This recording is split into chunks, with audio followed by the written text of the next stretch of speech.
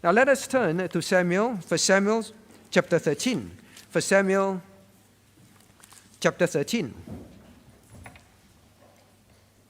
Now we saw last week how the children of Israel was encouraged by God that despite the fact that they have done wickedly, foolishly, in rejecting Him and insisting on having a king for themselves to do their will, yet God encouraged them and said, now, you have committed this foolishness. There will be consequences, but the fact is, if you obey me, fear me, serve me, obey me, don't rebel against me, don't go after the vain things that cannot help you, that contributes nothing to your spiritual life. Now, if you live like that, you and your king will do well. All right, that is the covenant that God keeps with His people. That wonderful promise. Now, what will happen next? Look at chapter 13.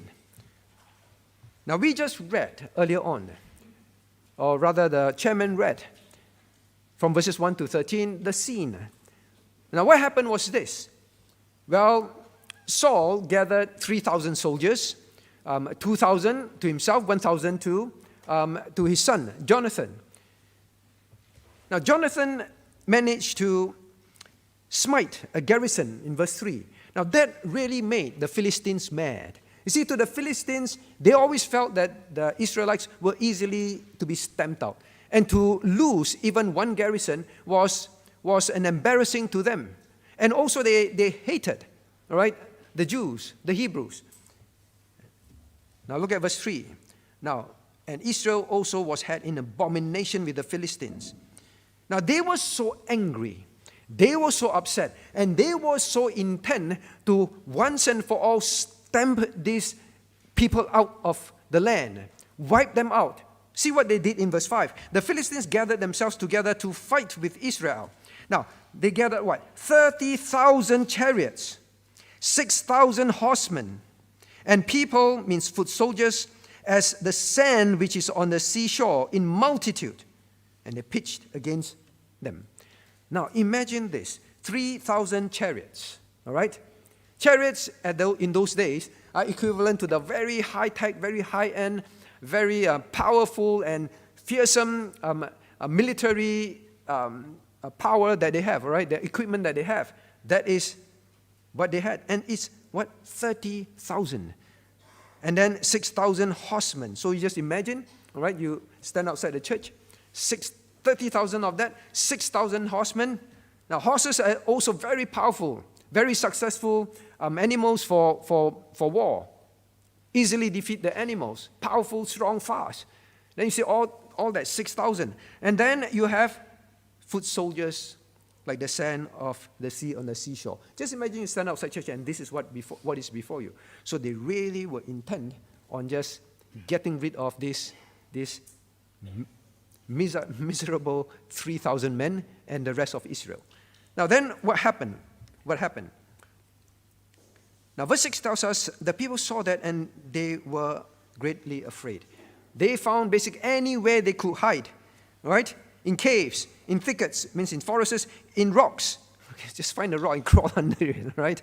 In high places, can refer to religious places. So they will go take refuge in religious places. And in pits, any hole they can, they crawl in there. Any rock they can, they crawl under it. That is how frightened they were. And look at verse 7.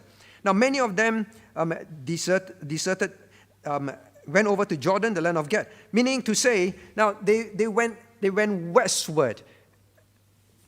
Philistines were attacking them from the east, so they would run westward to go as far away, stay as clear from these Philistines as possible.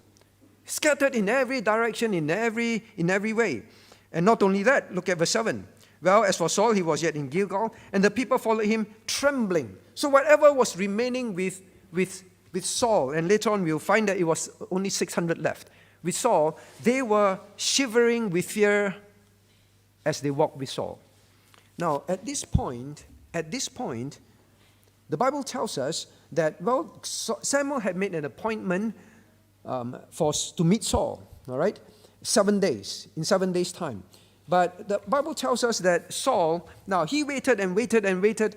Now he couldn't wait anymore. And he, in verse 9, went ahead and said, well, bring me burnt offerings and peace offerings. And Saul personally offered these sacrifices to God. And just when he finished, meaning to say, when he did his last part, the Bible tells us Samuel turned up.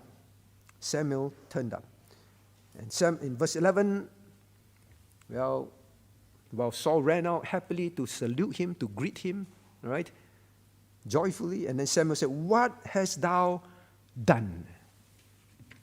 Title today, what have you done? What hast thou done? Now, children, is it familiar phrase to you? Maybe adults, you remember this as well when you were young? Or maybe even at the workplace, all right, in school. What have you done?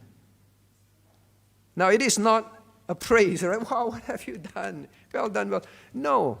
When people say things like that, it means you have done something terrible. You should not have done it.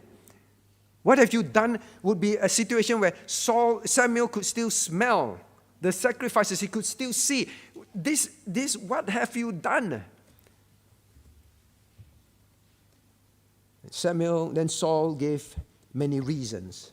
Look at verse 12. Saul gave reasons after reason. He said, in verse 11, where he said, because I saw the people were scattered from me. Oh, everyone ran away from me. And that thou camest not within the days appointed. Well, you have not turned up. And then, verse 11, and that the Philistines gathered themselves together at Michmash. Therefore said I. Now he said, they are all gathered. Look at these people. You can see for your own eyes. The Philistines will come down now upon me. I think they are coming down already. All right, and I'm deserted by all my soldiers, by many soldiers. Then he said, I have not made supplication unto the Lord. I have not prayed. I have not asked God to help. So he said, I forced myself therefore and offered a burnt offering. So this is what happened, Samuel. But I want you to notice this.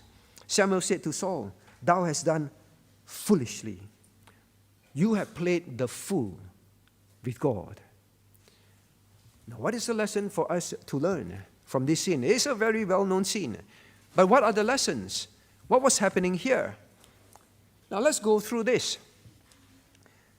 When you think about this,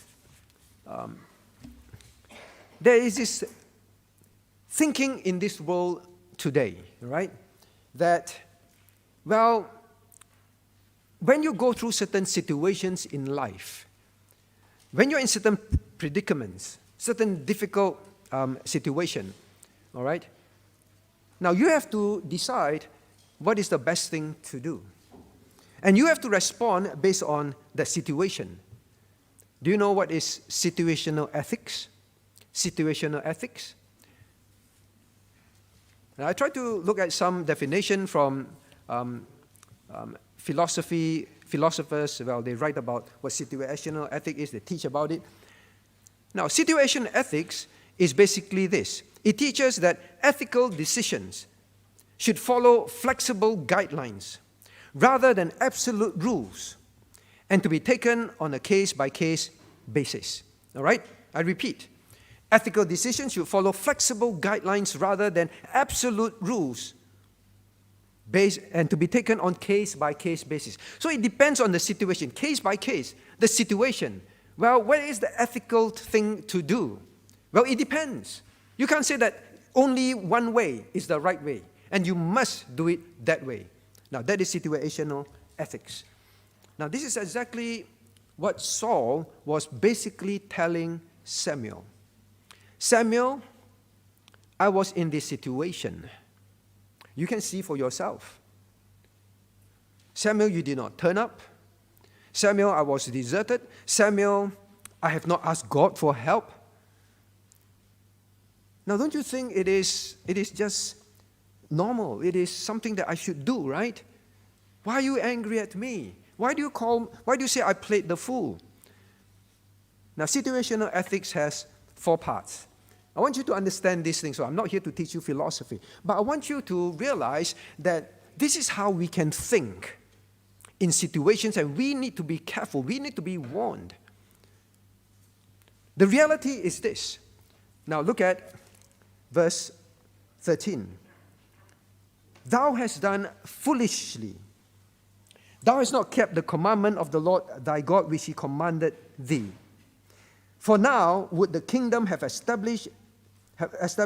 For now would the Lord have established thy kingdom upon Israel forever. Now in verse 14, but now thy kingdom shall not continue. Now I want you to understand one thing. Maybe if you were in his situation, or maybe when you read this, you say, come on, Samuel, I think you're overreacting a bit, Samuel. Right, children, you always feel like that, right? You break something, you did something terrible, and then daddy comes in the room or mommy comes in the room, what have you done? And then your heart's like, what's this? Why are you so upset? I don't understand. Maybe between spouses as well. Why are you so upset? Now, in fact, the Bible says, well, he went out to salute Samuel. Because in his heart, this is not a problem. I'm not sure why, Samuel, you are so upset. This should not be a problem. But Samuel stayed consistent and Samuel stayed very clear. You have done foolishly and you have broken God's commandment. Samuel did not budge and say, well, it's true, I can understand. No, in fact, he did the next thing. Look at what he said. He said, in verse 13, actually, in this situation, God would have established your kingdom, established thy kingdom in Israel forever. God would actually make use of you well. All right? Until the time he needs to change king. He will have used you. You will have a good name. But because of this act, which you feel in this situation is justified, but Saul says, but thy kingdom shall now not continue. Christians don't think that if you and I disobey God, break his commandment, it is all right, depending on the situation that we are in. God will understand. No, God says, I will remove the kingdom from you, Saul. Samuel, you should understand. No, Samuel said, you have played the fool. Situational ethics have no place in the thinking and the actions and the choices of a Christian life. It has no place at all. Now, let me just explain to you what situational ethics is in the world. Because they teach this. And they tell people this is how you should live life. Now, number one, situational ethics, they say, well, it depends on, it is about pragmatism. Pragmatism means it is, well, you have to do what is practical. Well, depend on the situation, come on, you have to be practical. Sometimes when we preach sermons that are hard, they say, come on, this is not practical. Many people have come through our churches, they leave because they say, it's not practical, this Christian living is not practical. We'll come to that afterwards. So, now, number one is do what is practical. Number two, actually staying practical now. Number one, do what is practical. Now, what is practical? What is practical is what brings the most good. That is what is practical. Brings the most good either to myself or to others. What is gives me the outcome that I want. That is practical. Now, the second one, it is relativism. All right. Now, I'm not making this up. All right. When I research, all right, this is what they teach. Relativism. Now, what is relativism? Now, they define for you. There is no absolute moral rules. Only relative ones. No absolute moral rules. Only relative rules. And the relative, what to do, what is right, relative depends on the situation. This is why it's called situation ethics. In this situation, it is ethical. In another situation, it is ethical. All right? Now, then the third one. Before I go further. Now, relativism means this. You must avoid using words as never. You must never break God's commandment, right? You must never use complete or perfect. You must obey God completely and perfectly. All right? Totally. No half obedience. When you say things like that, then it's not practical, all right? Depends on the situation. Now, then the third one is positivism. What is positivism? Now, it means that the most important choice, the positive choice, is a good outcome, especially for people, all right? Good outcome. Must be positive values. One of the things they emphasize is love. All right, positive thing is love.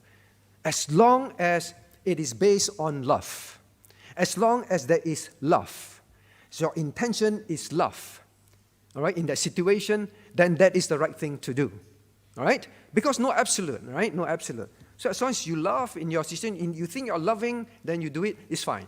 Now then the last one, personalism, all right? So situational ethics is personalism. Now what does it mean? Now it means it's your personal ideals that matters. Your personal ideals, not something that is up there, that's absolute, no one can argue with that. No, it's relative. Your personal ideals must guide you, not absolute ideals. Your personal ideals must guide you, all right? Unchanging universal code, like biblical laws, the unchanging universal God's commandments are there. Well, they are not to be used. It's personal, case by case. Depends on your situation and how you feel and what is good for you. Now, the importance at the end of the day is it stresses, well, the benefit. Will you benefit or not? People benefit or not? That is the ultimate test. Situational ethics. Now, you say, how does it apply to this case? How does it apply to this case? Now, before we study the applications, all right, before we study the applications, now this morning at BBK, and it's timely that we are beginning to study about what is the Bible. Look at verse 1. I want to get some things out of the way first, because this is a very controversial topic in Bible colleges, in Christendom, among theologians, and even some lay Christians, all right? Now look at verse 1 of chapter 13. Now it says, Saul reigned 1 year, and when he had reigned 2 years. Now, this is a big problem for many theologians, many Bible college professors. Now, NIV, for example, all right? NIV, New International Version, for example, this verse is translated as, let me see, where is it? It says, Saul was 30 years old when he became king, and when he reigned over Israel 42 years. Now, when you look at this, say, hang on, it's totally different, all right? Now, they acknowledge that these numbers, Saul was 40 years old, he reigned for 42 years. Now, these are things that are added, all right? Is what the translators feel should be the correct, what should be correct. This 30 years, 30 years old is not in the original Masoretic text. They acknowledge that. But say, there's something wrong with this verse. So let's change it for God. In other words, they do not believe that God preserved his words. And when they read the text like that in Hebrew, the original languages, they will say that, well, it doesn't make sense, so it must be wrong. Somewhere along the line, you got corrupted. God did not preserve. So let's change it for God. So that is, they constantly argue on that. Well, some are more honest, all right? The honest ones, all right? Let me read to you. New Revised Standard Version. New Revised Standard Version. Saul was ... You know what ... means? ... 3 full stops. ... Saul was ... years old when he began to reign, and he reigned ... and 2 years over Israel. ... So can you imagine you read a Bible that has places there? Oh, ... They're more honest. We do not know what it is, so we better don't add. But the fact is still this. They believe that, well, the Hebrew text says Saul reigned 1 year, and when he had reigned 2 years, is strange, is contradicting. But we do not know what is the answer. But we believe that there are mistakes.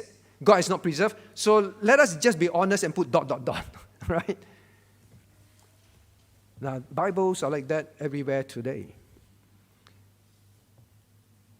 And a person wrote, all right, when he was speaking on this message. And he said, these things, they are errors, all right? These are evident, they are errors. And then when he came to the part where, in verse 5, there are 30,000 chariots, he said this. It's ridiculous. 30,000 is like having 30,000, in his mind, like 30,000 F-15s. You know how much that costs? 30,000, it's too many, all right? It's impossible. And normally in war, there are more horsemen than chariots. But here, there are a lot more chariots than horsemen. So I think it's 3,000. But it doesn't matter. The point is, it's a lot. Now, when preachers, pastors, Bible college lecturers, when they don't believe that God's word is perfect, and not only that God has preserved his word perfectly, this is how Christians will begin to think. This number, I don't think is right. Doesn't make sense, so I will just change it. But the main thing is, the crux is there. Is that the God we believe? We believe in a perfect God. Do we believe in a perfect God that cannot give us a perfect Bible? All right, come for BBK, we'll study more why we believe it's a perfect Bible and why we use the King James Bible, for example, right? Now, so that out of the way, in case if you read this or you hear about this passage, you say, what is it? Now, verse 1 simply means, now Saul reigned 1 year, and when he had reigned 2 years over Israel, in Hebrew it simply means that, well, Saul has reigned for 1 year, and since 2 years ago, this is his 3rd year. And it is in this 3rd year that he sinned against God in this event. All right? That is simply what it means. All right? Saul, in his reign of this year, this 1 year after the 2 years that he has been reigning, in other words, in his 3rd year, this is what happened. That is all. What is so difficult? Now, then, let us learn what are the lessons that we need to draw from this for ourselves. Now, first and foremost, I've already emphasized, you saw from this passage yourself that no matter what the situation is, it is wrong when a Christian makes decision based on situations. Samuel made it very clear, you played the fool, you have broken God's commandment. That is it. He doesn't want to talk about, well, how many people, how many? Oh, how long did you wait? That kind of thing. He didn't want to talk about the situation with him at all. You have sinned, that is it. But the big question is this. What was the problem, really? What do you think is the problem? Because if you look at Saul's explanation, Saul's rationale, all right? Because we are going to go through some situations like that someday in our lives. Maybe not at this scale, but maybe something very difficult. But you look at his situation and how Saul was thinking. Now look at verse 11. Now first he said, because I saw the people were scattered from me. All right? Is it reasonable? The people, and thou camest not within the days appointed, and the Philistines gathered, they are about to come upon me, and I have not made supplication unto the Lord.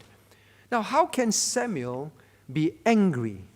How can God be angry at Saul in a situation where he says, all these things are happening, it's looking bad, I must ask God in prayer, because he made it very clear, I have not made supplication.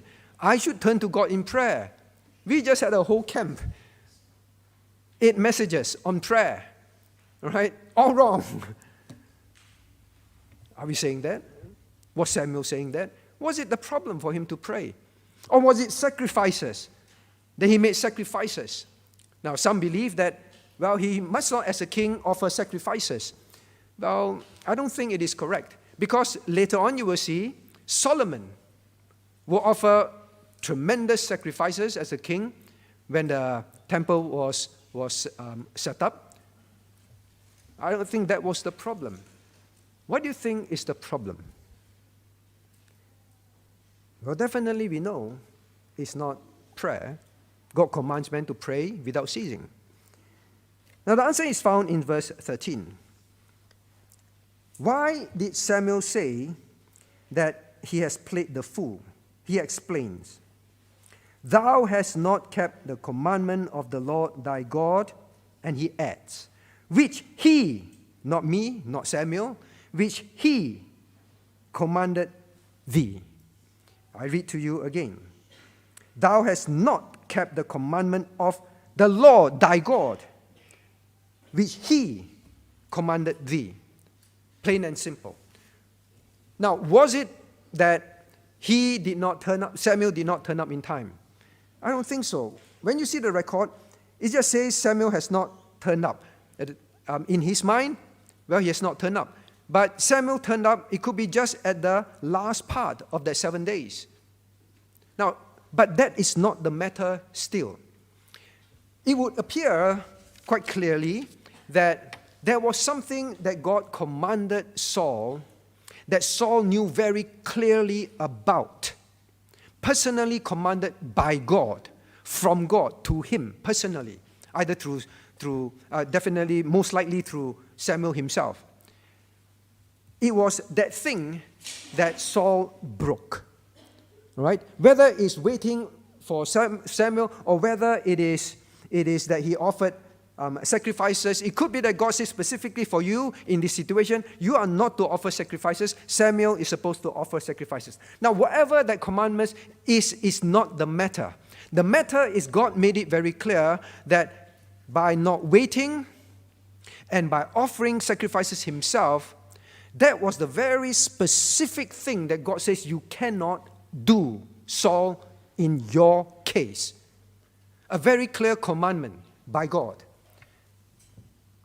And God is saying that when I give a commandment, there is no situation, predicament that would justify or be grounds for you to break the commandment, no matter what you are facing.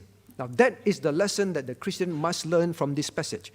It's not arguing about someone late or not, or about, well, can king offer sacrifices? The bottom line is made clear. Broke commandment of God. The known commandment. Full stop. That's it.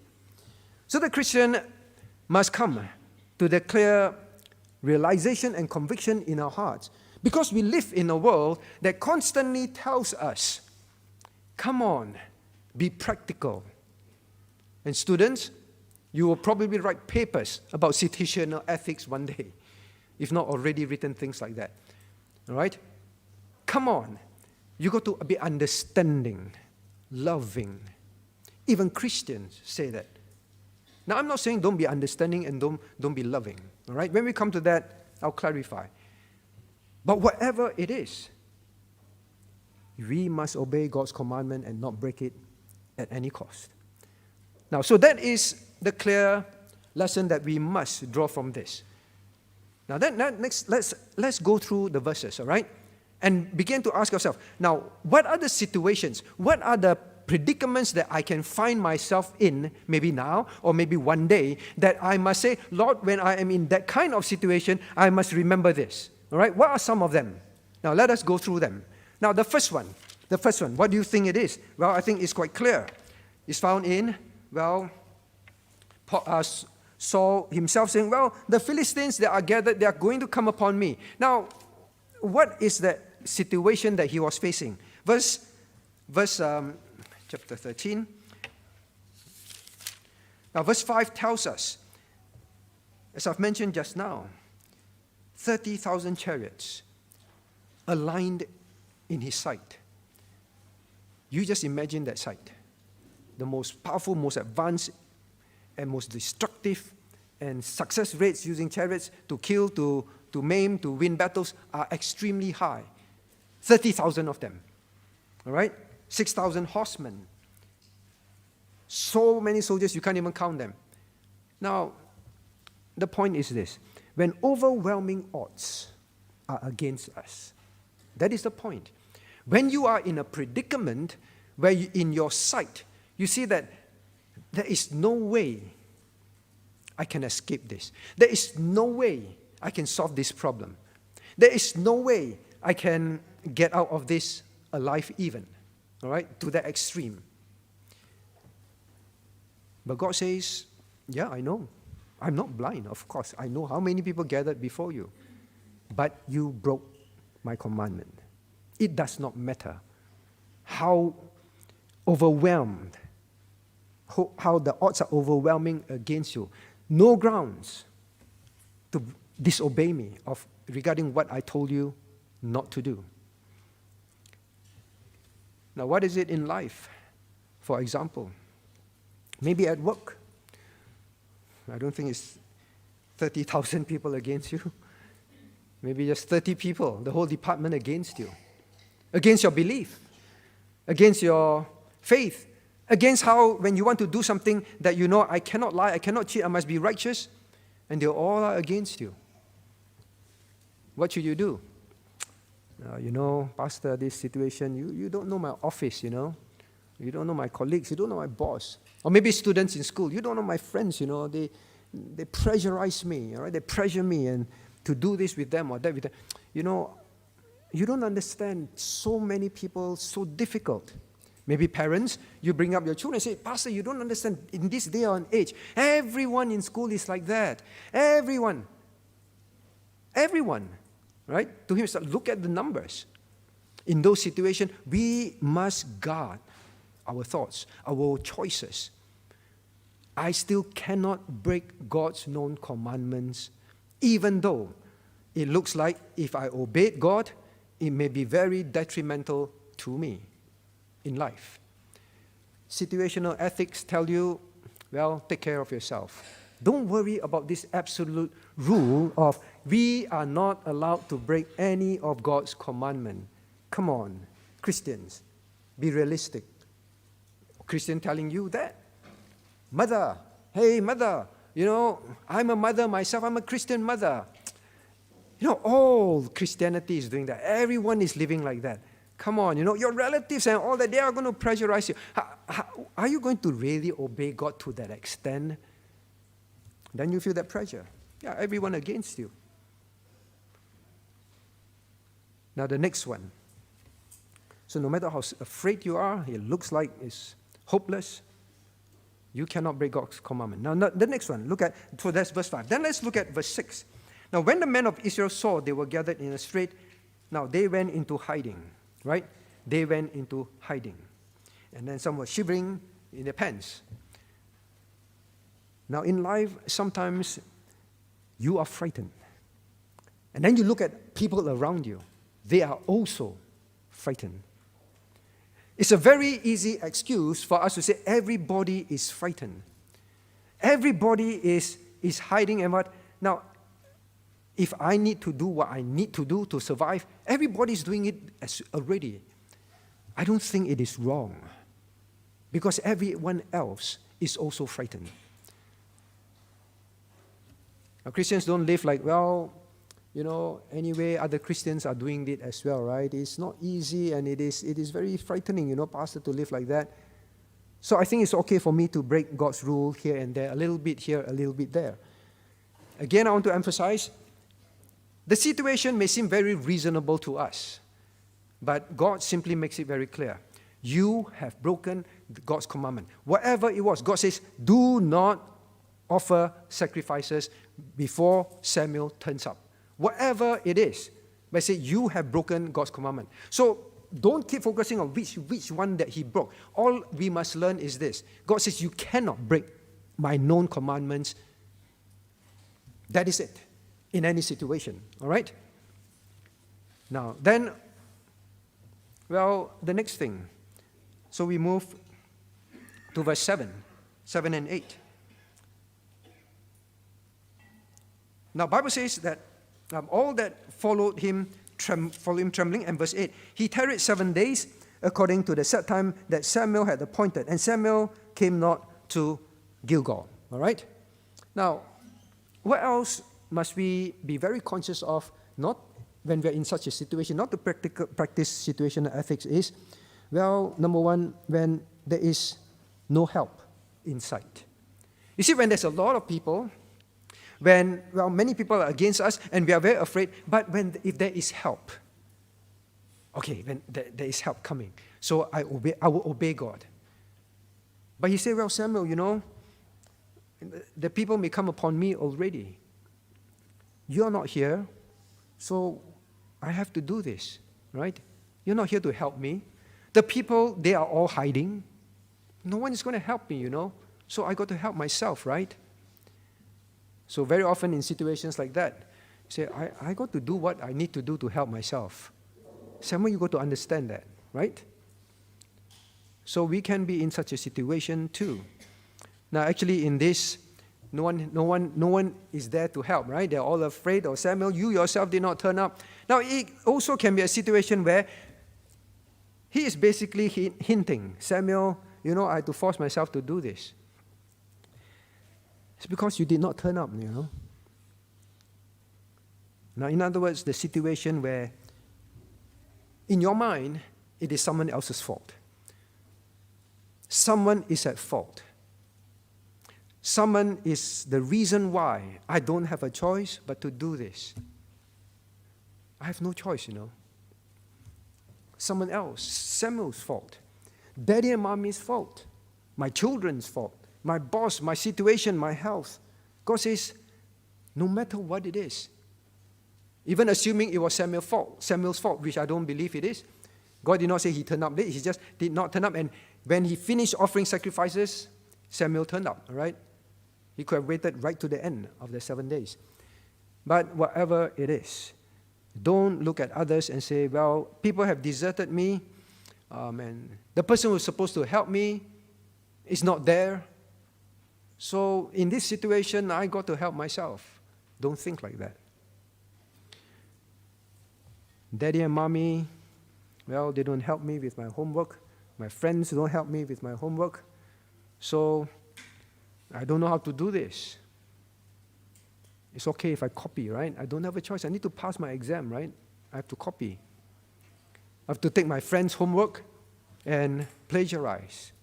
At the place of work, well, my colleague is supposed to help me, but no one is helping me, and I can lose my job, if I don't bend God's laws a little, lie a little, deceive a little,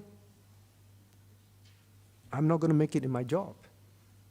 Well, in job interviews, well, if I don't make up some false things, then I may not get this job, No one can help me, right? So all sorts of things will go through our minds when we are in a situation that is so frightening to us.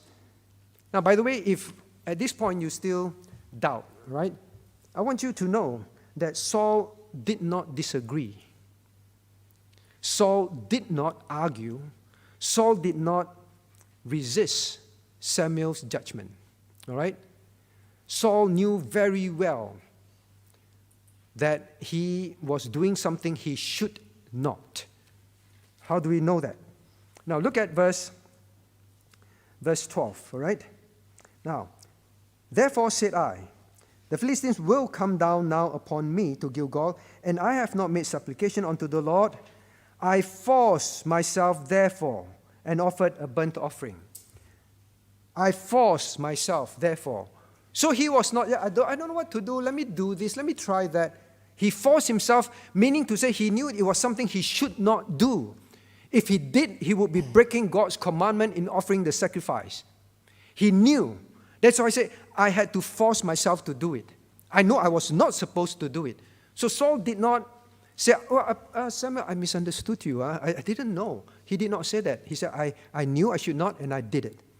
He did not say, well, Samuel, I did not hear you. He knew he was doing something he should not. In a situation that he said, well, it should justify what I did. A dangerous way of thinking, dear hearers. Now then the next one is this. Well, by the way, let us learn. Now, as long as God has commanded us something in His Holy Bible, in His Holy Word, and you know it, don't fear. Obey Him. Simply obey Him. However many people, however overwhelming the situation is, however seemingly helpless and no one is there to help you, whatever it is. If God says, don't do that, thou shalt not, or thou shalt, just simply obey. Don't fear. Situational ethics must not be allowed to cause fear in our hearts. All right? Now, the next one. Well, what about lives at stake? Lives at stake. Well, for his own life for sure. If you look at verse 12, the Philistines will come down now upon me to Gilgal. Now upon me in Gilgal. Well, lives are at stake, you know. You got to understand, Samuel, this 30,000 blah, blah, blah and all that, you look at that. And me and my trembling 600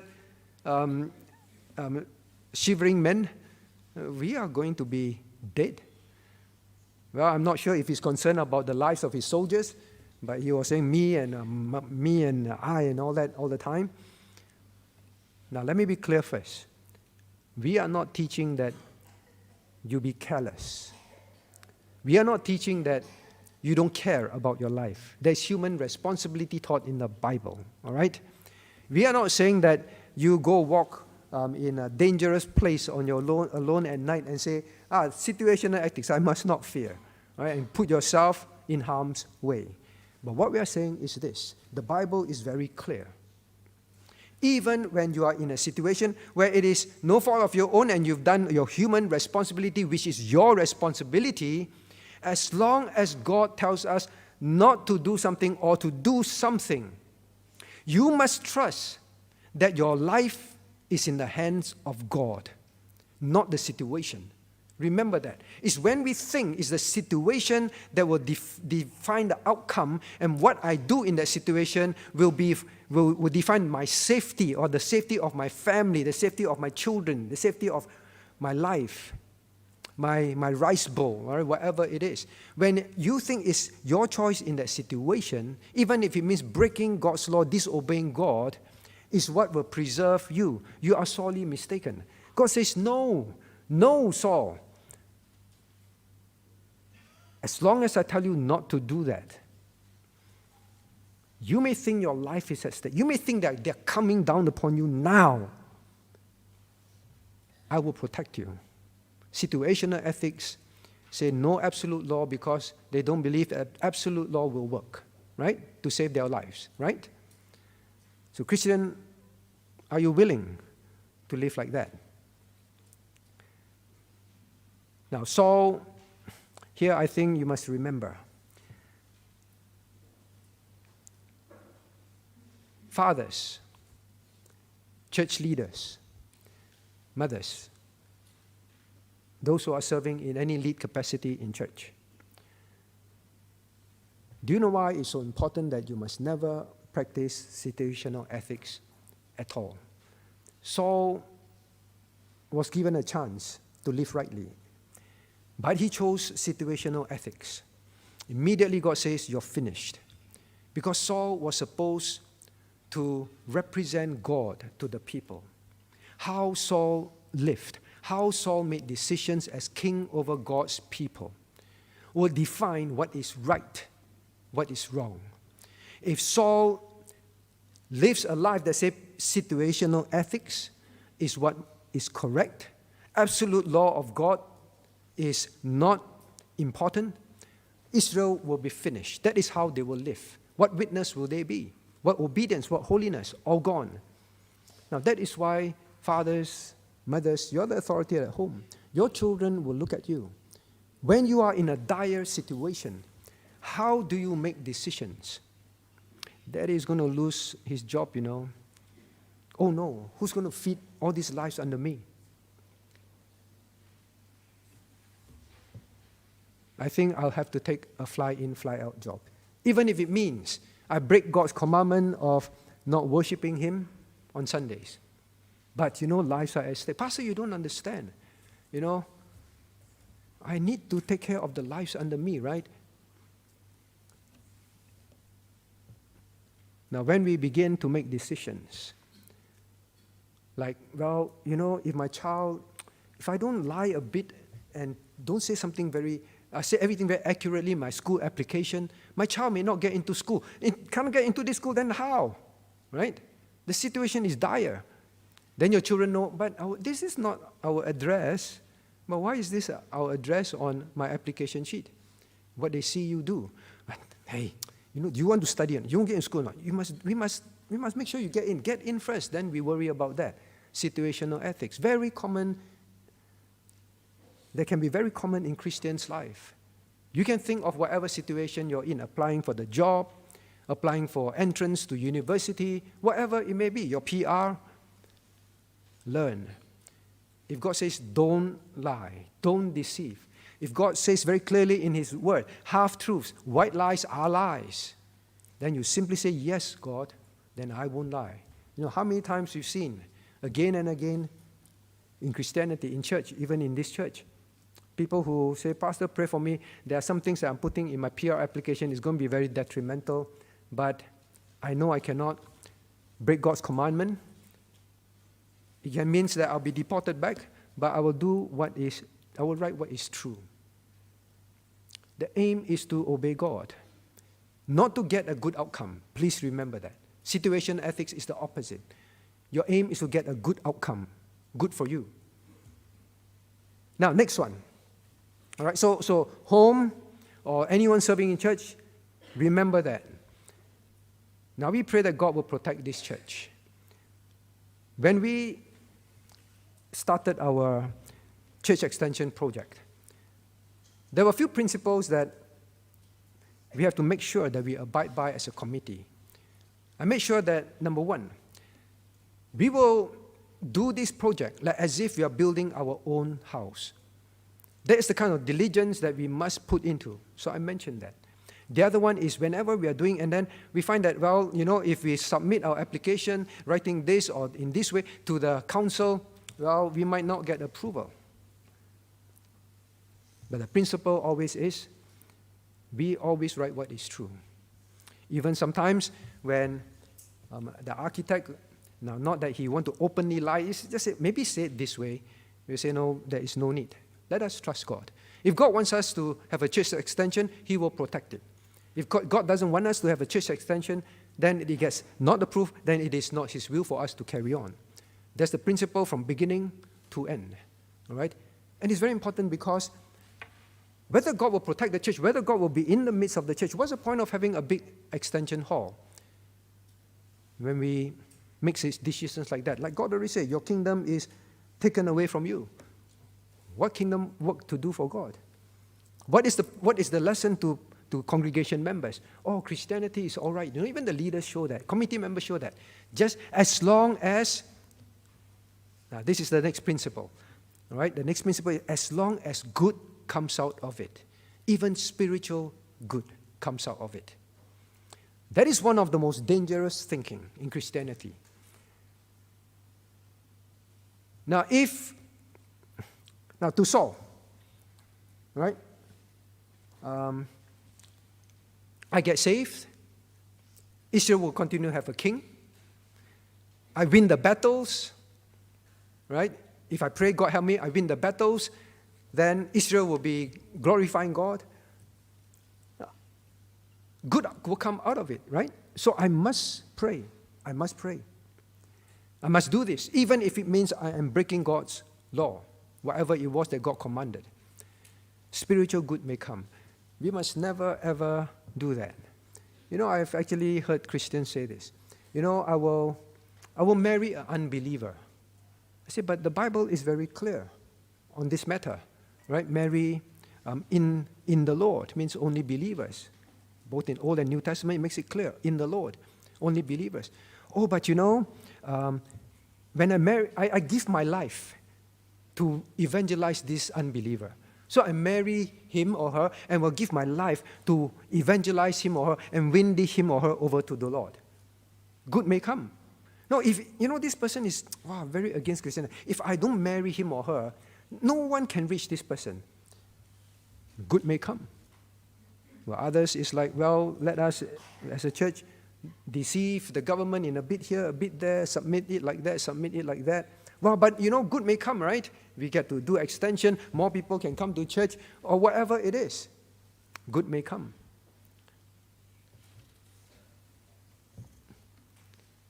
Now then, there's also the idea that, well, this is where relativism is. Now, as long as it can bring others to Christ, as long as it can make people love God more. Now, God's commandments never contradict each other. That's why some feel that, well, now children don't say this. Well, Daddy, the Bible says I must study hard, right? I must bear a good testimony and not do badly in school. So I don't go and worship God on Sunday. You can't say that. I can't say that, well, I must work, right? Bible says if I don't, those who don't work, don't eat. So I must have a job. So even if it means a job that a Christian should not be in. Now then the next one, all right, the next one quickly. Now, there is the situation where, well, this is a spiritual act. Saul said, I have to pray. I have to pray. You see, sometimes we think, well, this is a spiritual act. If it's a spiritual act, then it is always correct. Not true. If a spiritual act, with one spiritual act, contravenes the Word of God in another way, then you cannot use that to say, well, this spiritual act justifies in this situation for me to break another law, right? So I've already given you an example, which I jumped ahead just now, marrying an unbeliever, taking jobs that you should not, and all that. Now, and even in here, sometimes it can be, now, just roughly correct. No absolute, all right? Now, roughly, I think roughly as long as, well, I didn't really break, but I'm still doing a spiritual, roughly. Now, don't live a Christian life that is not absolute. It's either you have sinned or you have not sinned. Don't live a life that, well, it's because this is a spiritual act, so roughly I think it's okay. Now, don't have this idea. As long as my husband, my wife, my children, my relatives, my parents attend church, it doesn't matter what church, right? Better than don't attend church, correct? So even if it's an unbiblical church, well, roughly, but they are going to church, right? At least they are going to church. Now, you see, these are all situational ethics. Bible is clear. Be ye separate, touch not their unclean things, come out from among them. You cannot live a life that is not absolute. God is very absolute. What have light to do with darkness? Simply that. Right? Now then, another one. He said, well, I had to force myself. You know what is how our thinking will be in situational ethics? I had to force myself. Meaning to say, I really didn't want to do it. I don't disagree with you that this is wrong. What I choose for my child, for myself, or the decision that I made, I don't disagree with you that it's wrong. But I had no choice. Situational ethics. But I had no choice. I actually don't like to do this, but I have no choice. That is what he is saying. Now, in situational ethics, that is how we will think. That's how we will think. Now, God says that there is no temptation that is not common to men. We studied in 1 Peter. Again and again, God reminds us, now, what we go through, remember your brethren, it is not unique. God also reminds us that whatever struggle we go through, He will ensure that we can go through it. And if it's something that we cannot, He will deliver us. God made all these promises. There's no such thing as, I had no choice. Now, when we say that, usually is, I want a certain outcome. I want a certain outcome. That is why I have no choice. It's usually that. Because if I obeyed God, then the outcome will likely not be what I want. For him, likely that I'll die. All right, they're coming down on me. That's not the outcome I want. I want this outcome. That's why I say there is no choice. Whenever we think like that, I say, I am allowing situation to make me say that God cannot help me and God is a liar. All right? Be very serious about that. Now then, lastly, all right? Now we have to ask ourselves in a situation, just because we feel good, we felt good. Look at Saul, all right? Verse 10. Behold, Samuel came and Saul went out to meet him, that he might salute him. Now, Saul was actually quite happy. I'm going to greet him. There was nothing in his heart to say, oh no, what have I done? It is Samuel that have to say, what have you done? He happily went out to greet him. Now, sometimes in situational ethics, we do something and we say, well, actually, I feel quite good about this. You know, You can show them Bible verses. No, but I feel good about this. God led me, and I feel good about this. Very dangerous. Base your choices and your decisions and your judgment upon, is this absolutely correct according to the Word of God? That's it. If I did something, whatever the outcome in that, I feel good, does not mean that God is pleased. Remember that. All right? Now, then in closing. Now, what are some of the key lessons if we summarize? Now, Saul went through a test. Look at verse 13. For now would the Lord have established thy kingdom upon Israel forever. This was a test for Saul.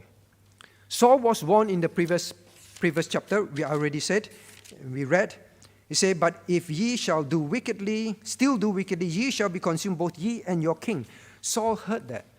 Saul was present when Samuel warned. If you still will do wickedly, means disobey God, you will be consumed. You'll be done with. Now, all of us must always view situations as tests. As tests. God will need to test us, not tempt us, be clear. Before God can use us, before God can say, like, this is a child of mine that I will use mightily on this planet Earth, will be useful, is whether we will be people that practice situational ethics, or we will be child of God that says, God, even if I lose my life, even if I lose everything that I have, even when everybody is afraid and don't obey you, even when, Lord, if I did it my way, good will come out of it as far as I can see. In my choice for my family, myself. But Lord, if it breaks any of your known commandments in Holy Scriptures, I will obey you instead. Now that is the kind of person that God will use. Saul failed. When we are in a situation, now always remember, I must not fail God. The world has conditioned us to think according to situational ethics. Now remember that. Now then, ultimately,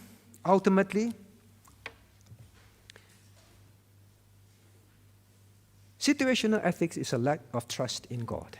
Please understand that. It's a lack of trust in God. God says, I command you to do this, but God, I think your way won't work. So I think I need to tweak it a bit. God, I need to disobey it. Now, we've been studying the Bible, and we study more of it. The Bible has absolute truths only, all right? Either you don't trust that God's command will work, or you don't trust that God will help you. That's why you now have to take things into your own hand. Situational ethics is that. Now, end of this message, how do you feel? There are some who have come and gone in our church. And because messages here tend to be like that, all right? Now, some feel that this church is not pragmatic. That's the exact word they use. This church is not practical. You need to live. You need to make a living, all right? But the definition of that is big house, big car, children go on very nice holidays. That's the definition. There's always a way, but they choose that life. I said, but not pragmatic, not practical. This church is, in its preaching, excessively demanding. Excessively demanding. Those were the words. Too demanding, unreasonable in expectations, and unloving. You got to understand, this person hasn't had a job for a long time. And then he takes a job that breaks God's commandment. Yeah, we know, right? But come on, be understanding. He needs a job. It's embarrassing that he doesn't have a job and his wife has to work. When you preach this sort of thing, you attack them. We don't attack people. We simply try to help you understand. Like Samuel kept trying to help Saul understand. Now, I wonder sometimes if these people were to stand, and if we ourselves, all right, don't talk about these people, were to stand beside and hear Sam, and you look at all the soldiers there, you look at poor shivering Saul and the 600 shivering men with him. You look at all this, and he just want to pray what? He just want to pray. Now, if we were standing beside and watching all this, if we were alive at that time, I wonder how many of us will actually say, Samuel, I think you are unreasonable. Samuel, I think you are unloving. Samuel, I think you are too demanding on Saul. I think many of us will say that. Because sometimes when, even among yourselves, you encourage another mother or father, say, don't. And they say, you don't understand. You're very demanding. Extreme. No, this church is extreme. But as long as it is in the Word of God, I hope you understand. If you don't obey, look at verse 13. Now the Lord would have established thy kingdom upon Israel forever. You know what Samuel was saying? Saul, God wanted you to enjoy this. I wanted you to enjoy this success as a king. Verse 14, but now, these foolish situational ethics that you applied, but now thy kingdom shall not continue. Isn't it very sad? It's extreme when we ask you to obey man's commandments. But when it is God's commandment, it's loving. It is the best for you. Now, so I hope that you understand situational ethics have no place in a Christian's life. Saul was proud, rebellious, self-sufficient. That is why he ended up in this state. We must trust. Then we will obey. Let us rise to sing. 323. Trust and obey. 323. 3, 2, 3.